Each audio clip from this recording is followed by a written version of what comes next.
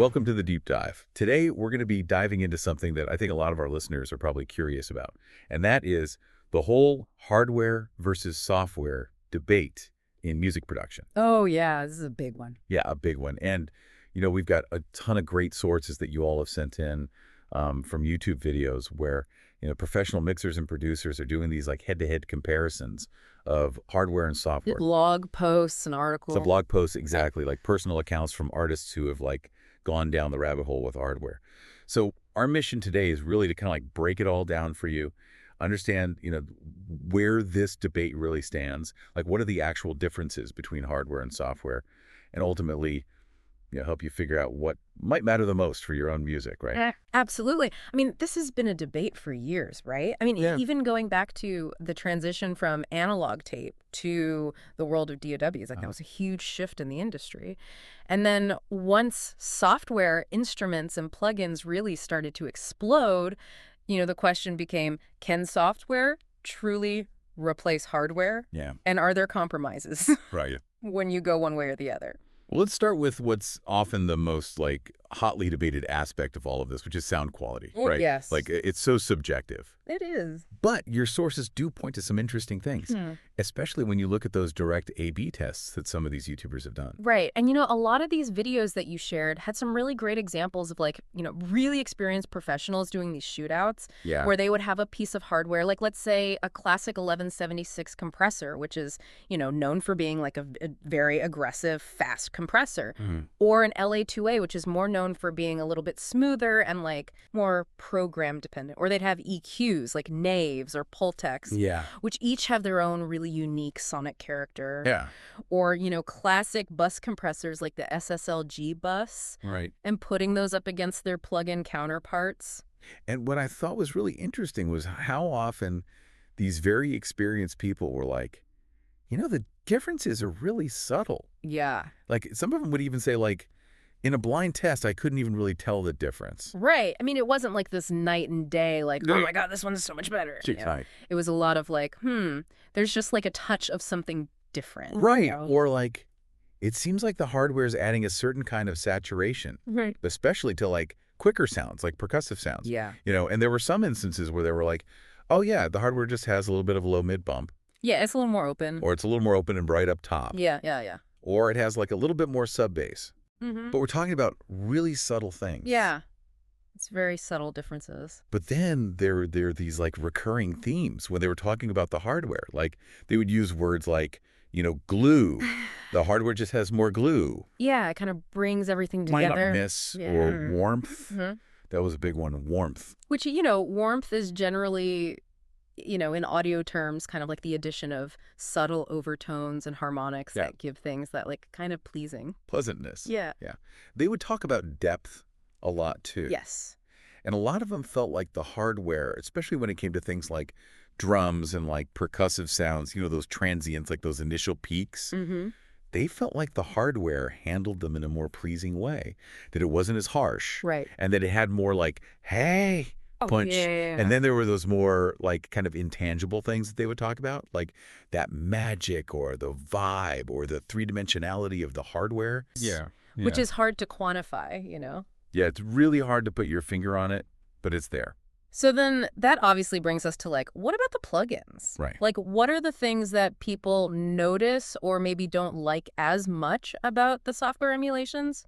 Well, a lot of times you would hear in these comparisons, that people would feel like the plugins, when they were pushed hard, could sometimes be a little bit harsher or flatter, or they didn't have that same sense of like openness. They could get a little bit muddier in the low end. And there was one specific example that I remember from one of the videos you shared where they were comparing a hardware distortion unit to a plugin emulation, and they put it on an 808, and the plugin just like completely fell apart, just like totally distorted in a really bad way.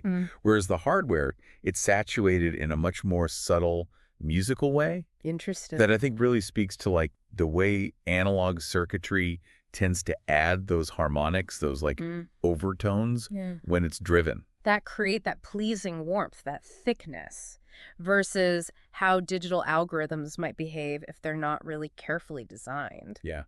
And it's worth pointing out too that like the quality of plug-in emulations varies a lot. Oh, yeah, for sure. Like, some of them are really, really good. Yeah. Some of them are not so good. Right. I mean, the example that comes to mind is the LA2A, that Mm-hmm. shootout. That was really interesting because the Slate FG2A, which is a plugin, Yeah. consistently was ranking, like, really, really close to the hardware. Yeah. And some people even preferred it. Yeah. In blind tests. So that's pretty amazing, you know? Yeah. That speaks to like how far plug-in technology has come. Right. That they can get that close. But then when they were comparing things like the Manley Massive Passive or the Distressor or the TubeTech CL1B, it seemed like there were more noticeable differences. Yeah. Especially in the way they handled those transients again. Yeah. And like the smoothness and the very high frequencies. Right. It's like certain analog circuits are still really hard to perfectly capture in software. And then, of course, there's the whole like world of conversion. Oh, yeah. Yeah. Right. Like whenever we're talking about comparing hardware and software, we're often talking about like analog audio going into a computer, being converted to digital, and then coming back out of the computer, being converted back to analog. Right. So like the quality of those converters could also be influencing things. It's another variable in the equation. I mean, you can kind of think of your converters as like translators, right, between the analog world and the digital world. Right. So how good they are at their job of translating can affect how accurately those subtle details of both the hardware and the software are captured and reproduced. Right. You know? So it definitely adds another layer to this whole discussion. Totally. Okay, so we've talked about sound quality, which is super subjective, and there's a lot of nuance there. Yeah. But let's shift gears a little bit and talk about something that's a little more tangible, which is the actual experience of using hardware versus software. Yeah. And the workflow. Yeah, the workflow is a big one. The blog post, from the artist who really loves hardware, he really talked about how much fun it is to just use hardware.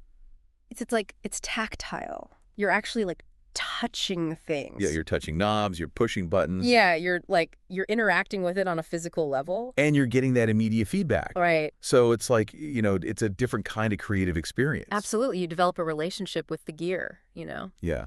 As opposed to like clicking a mouse on a screen. Right. Yeah. You kind of lose that physicality. Totally. Yeah. But then on the flip side, plugins are so convenient. Oh, for sure. I mean, instant recall of your settings. Yeah. You can automate everything so precisely. At the millisecond. Like, you can do things with plugins that you could never do with hardware. And of course, they're portable. You can take your whole studio on a laptop. Your studio in a backpack. Yeah, exactly. And, some people also argue that when you're recording, tracking audio, it can be beneficial to use hardware because it's not taxing your computer as much. Right, yeah. Like if you have a lot of plugins running. Yeah, you can offload some of that processing onto the hardware. Yeah. But when it comes to the actual workflow, it seems like there are trade-offs on both sides, right? Sure. I mean, plugins, they offer this really fast initial workflow. Like you can just, call up any plugin you want. You can quickly audition different processors. Yeah. You can experiment with all these different sounds. Right. But hardware, it can sometimes force you to slow down. Yeah. Be a little bit more deliberate. You might spend more time actually dialing in a sound because recall isn't always instantaneous. Right. Like you might have to, write down your settings or take a picture of it with your phone. Yeah, take a picture of it. And the blog post actually talked about that, like how that just slowing down, in a way, it can be a good thing because it prevents you from just like getting lost in option paralysis. Right, like too many choices. Yeah, too many choices can be overwhelming. Yeah. So by having a more limited palette, it can kind of help you be more decisive and creative. Interesting. And then it seems like more and more people are kind of landing on this like hybrid approach. Yeah. Right, where they're using both. Absolutely. It's the best of both worlds, right? Yeah. You get the flexibility and convenience of the DOW, but then you can also strategically use certain pieces of hardware to bring in that unique sonic character. Right. So you might have, some nice hardware preamps that you use for tracking to get that like really nice, warm, clear sound right at the source. Or you might have a favorite analog compressor that you use on your mix bus to kind of like... glue it all together. Yeah, glue it all together. Yeah. Let's talk about the elephant in the room. Oh, yeah, the cot... where it can be really expensive. It can be very expensive. Especially, if you're talking about like vintage gear, Oh, yeah. Some of these classic pieces can go for, thousands and thousands of dollars. Thousands of dollars. Yeah. Where you can get a plug-in, an emulation of that same piece of gear. Right. For a couple $100. Yeah. Or even less. Or even less. Sometimes you can get them on sale for like $50 $50. Crazy. Yeah. And you can get a whole suite of plugins, for the price of one piece of hardware. Right, yeah. But then again, some people argue that, certain pieces of hardware can actually appreciate in value over time. True, that is true. Whereas software, it's just a license, basically. Yeah, it's not a tangible asset in the same way. Right. And then there's the maintenance and the upkeep of hardware. Right, yeah. Hardware can break. It can break. And then you have to get it repaired. Yeah. And repairs can be expensive. Especially if it's vintage gear. Especially if it's vintage gear.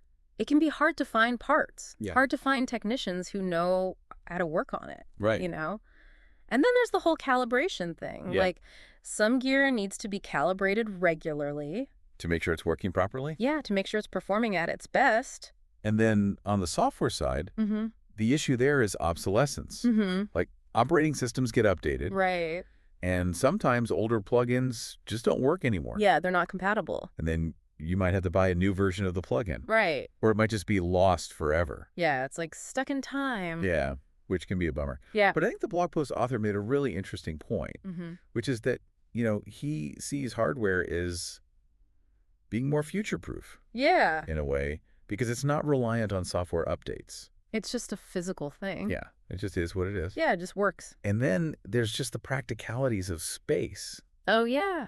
Like, hardware takes up space. It takes up physical space. You need cables. Yeah, lots of cables. You need an interface. You might need, like, a patch bay. Yeah. To keep everything organized. It can get kind of crazy, whereas plugins... They exist in the digital realm. They're on your computer. Yeah, they don't take up any physical space. It's just ones and zeros. Exactly. So there's definitely a lot to consider on that front as well.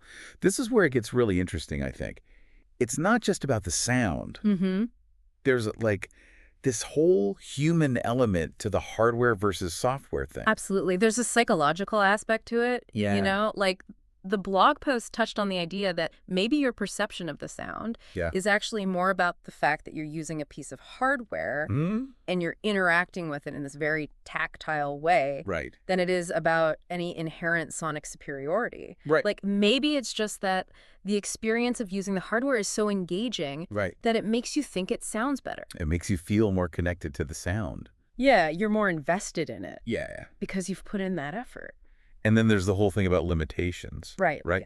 Like we were talking earlier about how, with hardware, sometimes it can slow you down because it's not as immediate or as flexible as software. Right. But some people argue that that's actually a good thing. Yeah. Because those limitations can actually make you more creative. They can force you to make decisions and to really think about what you're doing. Right. Like, if you have an old hardware EQ that only has like 3 bands, you can't just like go crazy and EQ everything to death. You're forced to be more selective. Yeah, you have to be more surgical. Yeah. And sometimes that can actually lead to a better sounding result. Interesting. But at the end of the day, like, several of your sources really emphasized that the song itself is the most important thing. The song is king. Yeah, the song is king. It doesn't matter how expensive your gear is. If the song is not good, it's not going to sound good. No amount of gear is going to save a bad song. No amount of processing can fix a bad performance. Exactly. And, it's also interesting to think about how using specific tools, whether they're hardware or software, consistently, can actually help you develop your own sound. Yeah, your own sonic signature. Yeah. Like, if you're always using certain plugins or certain pieces of hardware, it's going to start to show up in your music. Right. And people are going to start to recognize that as your sound. Yeah. It's like, a painter who always uses certain brushes or certain paints. It's going to give their work a certain look. It's going to have their fingerprints on it. Yeah. So you mentioned earlier some specific categories of gear. Yeah. Like preamps, compression, EQ, effects, synths. Can we talk a little bit more about how this hardware versus software thing plays out in those specific areas? Yeah, for sure. I mean, when it comes to preamps, it seems like there's a pretty strong preference for hardware, especially for tracking.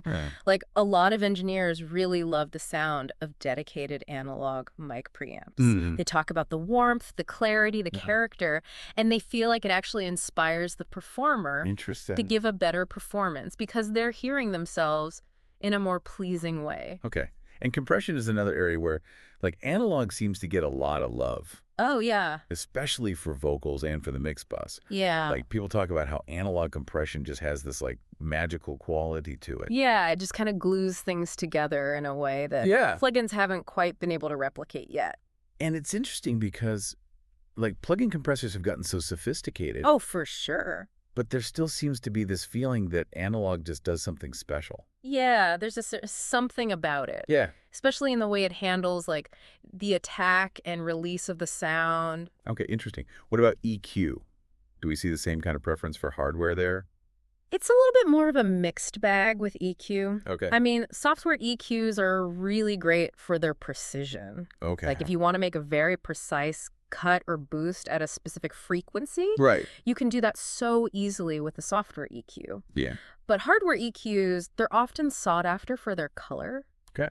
Like the way they can kind of shape the tone of the sound, even with subtle adjustments. Like, think about a Pultec EQ, for example. Like when you boost the lows and the highs at the same time on a Pultec, it creates this very distinctive curve that's really hard to replicate with a plug-in. Okay, and effects. Effects is an interesting one because you have like the world of analog pedals and rack units, which still have a huge following. But then you also have all these incredible software effects that are so versatile and so affordable. So I think it really depends on what you're looking for. Right. Like analog pedals especially, they're often prized for their unique, sometimes unpredictable sonic characteristics that some people say you just can't get from a plugin. Yeah. And there's something to be said for that. But then again, software effects give you so many options. And they're so easy to use. And they're so cheap. Yeah. So it's really a matter of personal preference and what kind of sound you're going for. And then finally, synths. Yes. Hardware synths versus software synths. Oh, yeah, that's a whole other debate. I mean, hardware synths, they offer that immediacy, that hands-on control. You're actually touching the knobs, you're tweaking the parameters. You're really getting in there and, like, shaping the sound. But software synths, man, they're just so versatile. And they're so affordable. You can have, like, 1,000 different synths on your computer. For the price of one hardware synth. Exactly. And you can do things with software synths that you just can't do with hardware. So again, it really comes down to what you're looking for.